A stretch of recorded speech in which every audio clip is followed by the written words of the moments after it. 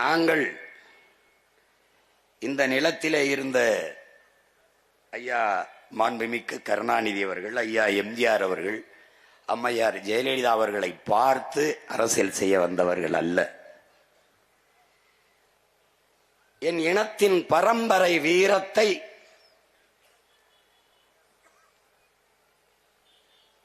தன்னுடைய மரபணுவில் கொண்டு அடிமை வாழ்வினும் உரிமை சாவு மேலானது, சரணடைந்து வாழ்வதை விடவும் சண்டையிட்டு சாவது மேலானது,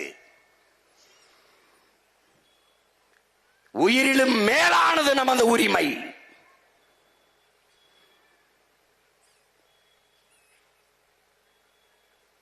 போராடினாலும் சாவோம், போராடாவிட்டாலும் சாவோம். ஆனால் போராடினால் ஒருவேளை வாழ்வதற்கு வாய்ப்புண்டு. அதனால் போராடி சாவோம் என்று அடிமை தமிழினத்தின் உரிமைக்காக களத்திலே பாய்ந்த மான மறவன், வீர புலிமறவன், விடுதலை புலி பிரபாகரனுடைய உடன் பிறந்த தம்பி தங்கைகளும் பிள்ளைகளும் நாங்கள். இந்த இனத்தில் பிறந்த ஒருவன்தான். நான் விழுந்தாலும் சரி, என் இனம் எழுந்தால் போதும். நான் செத்தாலும் சரி, என் இனம் வாழ்ந்தால் போதும் என்று நின்றவன் எங்கள் முன்னவன், எங்கள் தலைவன் பிரபாகரன் என்கிற பெருவீரன். அவன் விரல் நீட்டிய திசையில் விரைந்து செல்கிற மக்கள் அரசியல் புரட்சி படைதான் நாம் தமிழர் கட்சி. இது என் மக்களின் வாக்குக்கானது அல்ல, வாழ்க்கைக்கானது. இது என் மக்களின் ஓட்டுக்கானது அல்ல, நாங்கள் பிறந்த பெருமை மிக்க நாட்டுக்கானது. அதனால் தான் சொல்லுகிறோம், எங்கள் அரசியல் வேறு, உங்கள் அரசியல் வேறு. நீங்கள் எப்படியாவது என் மக்களை ஏமாற்ற வேண்டும் என்று நினைக்கிறீர்கள். நாங்கள் எப்படியாவது இந்த இழிநிலையில், இந்த கேவலப்பட்ட கேடுகட்ட வாழ்க்கை நிலையில் இருந்து என் மக்களின் வாழ்க்கை தரத்தை மாற்ற வேண்டும் என்று நினைக்கிறோம். இது ரெண்டுக்கும் நிறைய வேறுபாடு இருக்கு.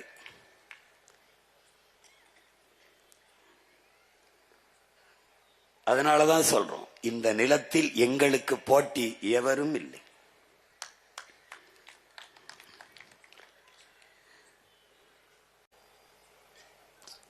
தான் பிறந்த மண்ணுக்கு நன்றி கடனாக பல்லாயிரக்கணக்கான மரங்களை நட்டு வைத்து வளர்த்த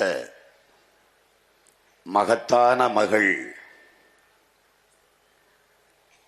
சாலுமரதா திம்மக்கா அவர்களுக்கு பெருமிதத்தோடு நம்முடைய புகழ் வணக்கத்தை செலுத்துவோம்.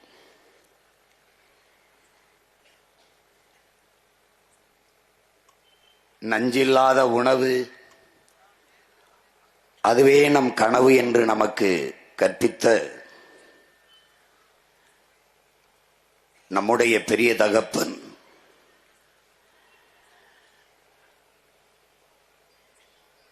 நாம்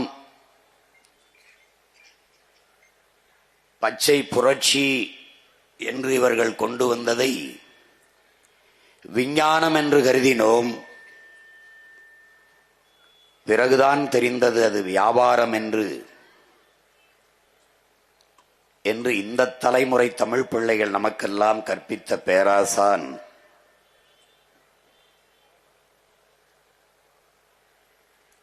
இந்திய நெல் ஆராய்ச்சி கழகத்தினுடைய தலைவர் ராத்தேலால் ரிச்சாரியா அவர்கள் 22,792 பாரம்பரிய நெல் வகைகளை இந்த துணைக்கண்டம் முழுமைக்கும் பயணம் செய்து சேமித்து வைத்திருந்தார். அந்த நெல் வகைகளை எல்லாம்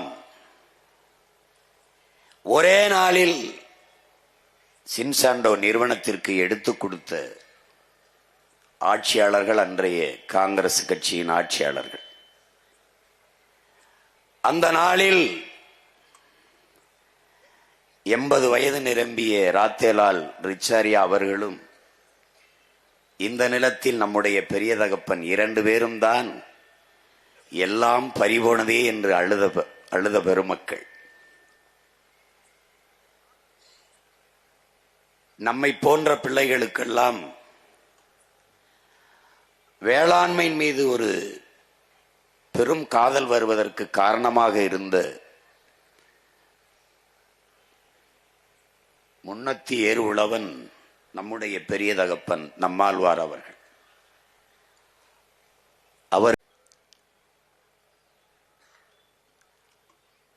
நாம் தமிழர் கட்சியில் இருப்பவர்கள் அதை முன்னெடுத்து செல்லுகிற நான் உட்பட எல்லோரும் ஒரு பைத்தியங்கள் போல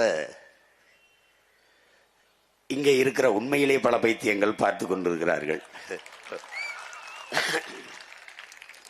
நாங்கள் பைத்தியங்கள் அல்ல, பைத்தியமா திரிகிறவர்களுக்கு வைத்தியம் பார்க்க வந்த வைத்தியர்கள் என்பதை சீமானுக்கு என்ன ஆயிற்று, மரத்தோட பேசிக் கொண்டிருக்கிறார், அதற்கு ஓட்டா இருக்கிறது என்கிறார்கள். நான் சொன்னேன், மரத்துக்கிட்ட என்னுடைய ஓட்டு இல்ல, மரத்துக்கிட்ட என்னுடைய உயிர் இருக்கு, அதனால அதோட பேசிக்கொண்டிருக்கிறேன் என்று. இப்ப என்ன ஆயிடுச்சு, போய் தண்ணி இருக்கு, ஆடு மாடுகளுக்கெல்லாம் மாநாடு போடுகிறார் என்று.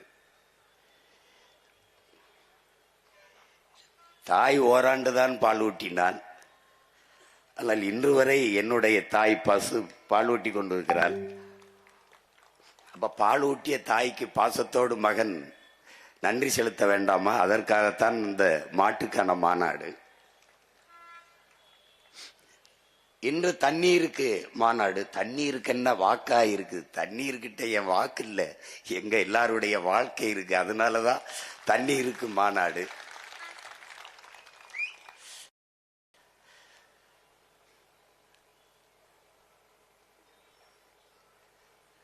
நாம் என்ன செய்கிறோம் என்பதை அவர்களுக்கு புரியவில்லை. நான் என் தம்பி தங்கைகள்கிட்ட சொன்னேன், நான் போட்டி அவருக்கு மாமே, அவருக்கு மாமே அப்படின்னு. எங்களுக்கு no competition in the world. யாருமே எங்களுக்கு இந்த உலகத்துல போட்டி இல்லை. நாங்கள் எடுத்து வைக்கிற அரசியலுக்கு அருகில் வரவே இவர்களுக்கு இன்னும் 1/2 நூற்றாண்டுகளுக்கு மேலாகும்.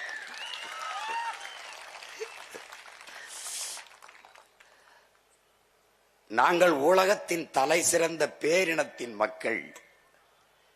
இங்கே பார்த்தீர்கள், அறிவியல் தொழில்நுட்பம் வளராத காலத்திலேயே 2000 ஆண்டுகளுக்கு முன்பு ஓடுகிற நீரை தடுத்து பாசனத்திற்கு பயன்படுத்தியவன் பரம்பரையில் வந்தவர்கள்.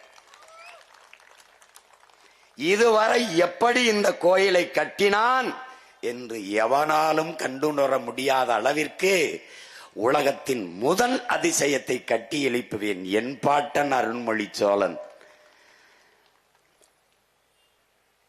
60,000 யானைகள். அந்த யானைகளுக்கு உணவு, அதை பராமரிக்க பாகன், அந்த யானைகளின் மீது நின்று போர் செய்ய போர் வீரர்கள், அவர்களுக்கு உணவு பயிற்சி. இந்த 60,000 யானைகளையும் கப்பலில் ஏற்றி கொண்டு போய் பல்வேறு நிலப்பரப்புகளை வென்றிருக்கான் என் பாட்டன் அரசேந்திரன். சண்டையே போட கிடையாது. ஒரு இடத்துல 60,000 யானைய வரிசையா நிக்க வச்சு 60,000 யானை மேலையும் ஏறி வாளும் வேலேந்தி நின்னா குதிரைப்படையில நிக்கிறவன் என்ன நினைப்பான் பாருங்க, கற்பனை செஞ்சு பாருங்க. 60,000 யானை அப்படி தட்டுன உடனே முன்னங்கால தூக்கி அப்படி தும்பிக்கைய தூக்கி பிளிர்னா எல்லா பயிலும் கீழே போட்டு கறி, அரசேந்திரா எங்களை விற்று. அவன் போர்லாம் செய்ய வேண்டிய, யானை ஏறி மிதிச்சே பூரா பயிலையும் நசுக்கி கொண்டிருக்கும். பல பேர் பயந்து காலில் விழுந்து வணங்கினவன் தான். அப்பேற்பட்ட வீர பரம்பரையில வந்தவங்க.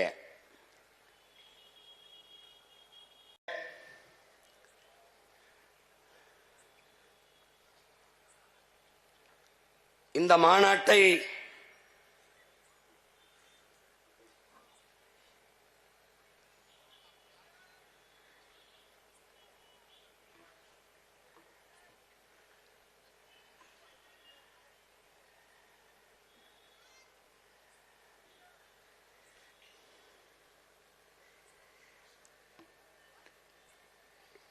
நியாயமாக உண்மையிலேயே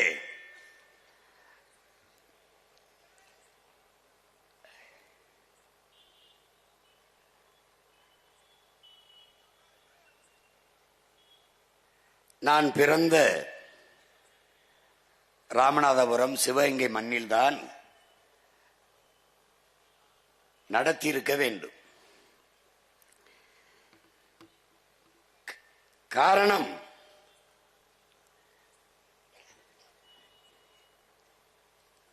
தண்ணீரின் அருமையை பற்றி அதை உணர்ந்த மகன்தான் பேச முடியும். அரசு அதிகாரிகள் எல்லாம் தவறு செய்துவிட்டால்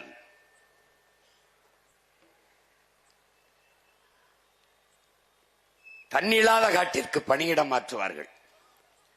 அது நான் பிறந்த மண்ணான ராமநாதபுரம் சிவகங்கைக்குத்தான் மாற்றுவார்கள்.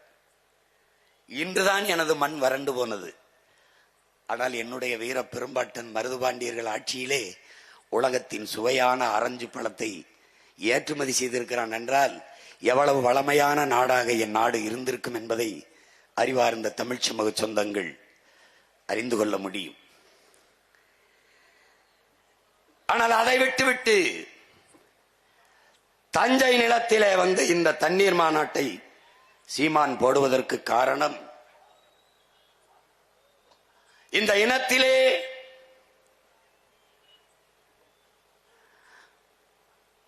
அன்று ஒரு கரிகாலன் எங்கள் மன்னன், இன்று ஒரு கரிகாலன் எங்கள் அண்ணன், இருவரும் ஒரே குடி தமிழ் குடி, இருவருக்கும் ஒரே குடி ஒரே கொடி புலிக்கொடி. எங்களுடைய விடுதலை பாவலர் பாசத்திற்குரிய எங்கள் அண்ணன் அறிவுமதி அவர்கள் எழுதிய கவிதை வரிகள். அந்த பாட்டன் இன்றைய கரிகாலனின் மகன், அன்றைய கரிகாலனின் பேரன் இந்த நிலத்தில் நின்று பேச காரணம், இந்த இனத்தில் ஒருவனுக்குத்தான் தண்ணீரை தேக்கி தண்ணீரின் சேமிப்பை உருவாக்கி நிலத்தின் வளத்தை பெருக்கி வேளாண்மையை செழிக்க வைக்க வேண்டும் என்ற அறிவு என் இனத்தில் அவன் ஒருவனுக்குத்தான் இருந்தது. அறிவார்ந்த பெருமக்களே, அதனால்தான் என் அருமை பாட்டன் கரிகாலன் திருமாவளவன் என்றும் கரிகால் பெரு வளத்தான் என்றும் இன்று வரை தமிழின மக்களால் போற்றப்படுகிறான் என்றால் அதனால் தான் அவன் போற்றப்படுகிறான். அவன்